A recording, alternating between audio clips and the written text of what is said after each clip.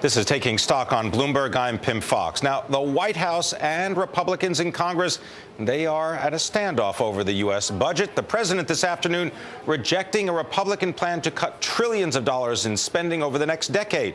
Now, if a deal can't be reached, parts of the federal government could shut down when the current spending bill expires this Friday.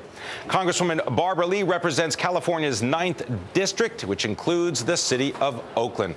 Congresswoman Lee, thank you very much for joining us. You're also the author of Renegade for Peace and Justice. Can you spell out how far apart are Democrats and Republicans over a budget for a year, a fiscal year, that's already 6 months old? I think this is totally ridiculous, but more importantly, it's disastrous. One thing I'm very pleased with, and that is the president is insisting that these discussions and negotiations continue to take place. The Republicans need to stop threatening a government shutdown, because I am telling you, Pam, when you look at the disastrous effects of what that would mean, our veterans, our senior citizens would not get the services nor their checks. The most vulnerable and the neediest in our society would be hit the worst.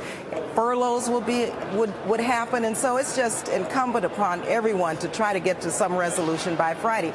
Again, they're talking, they're negotiating, and so we have to keep urging them to come to a compromise. But I have to say to you, we have to always remember how we got here, Pam.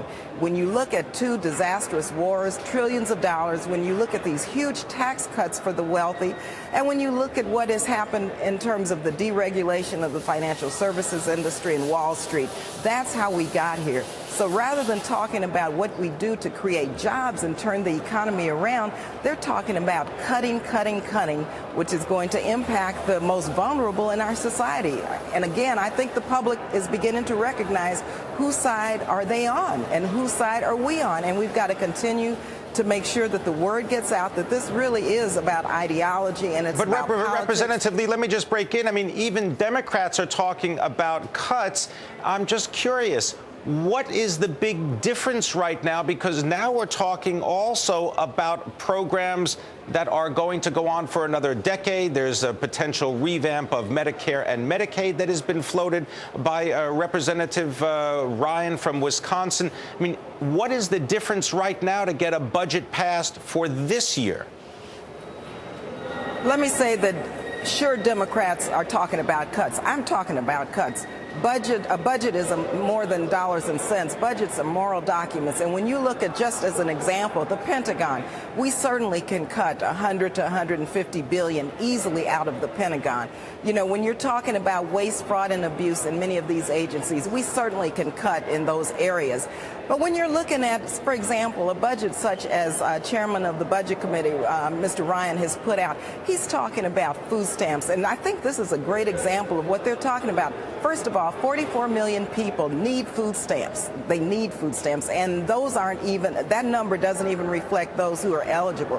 What they are talking about now is requiring recipients for food stamps to either be in a job training program or to be working, but yet they're trying to cut job training programs in this same budget.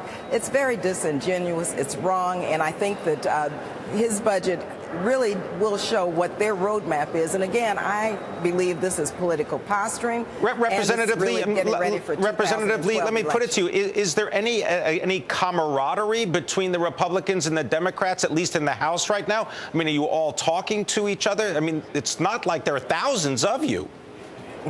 We talk to each other all of the time. This has nothing to do with personal relationships or friendships. This has to do with a budget being a moral document, what our values are as a country, and who believes that we should look out for and prioritize job creation and turning the economy around.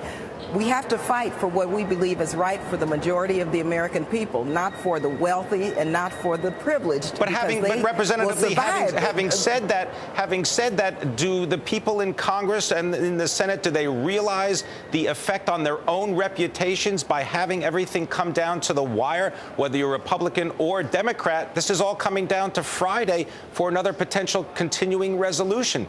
Don't everyone understand that this is going to hurt their reputations? Everyone understands that, but more importantly than hurting their reputations, this is going to hurt the American people. This will hurt seniors. This will hurt government workers.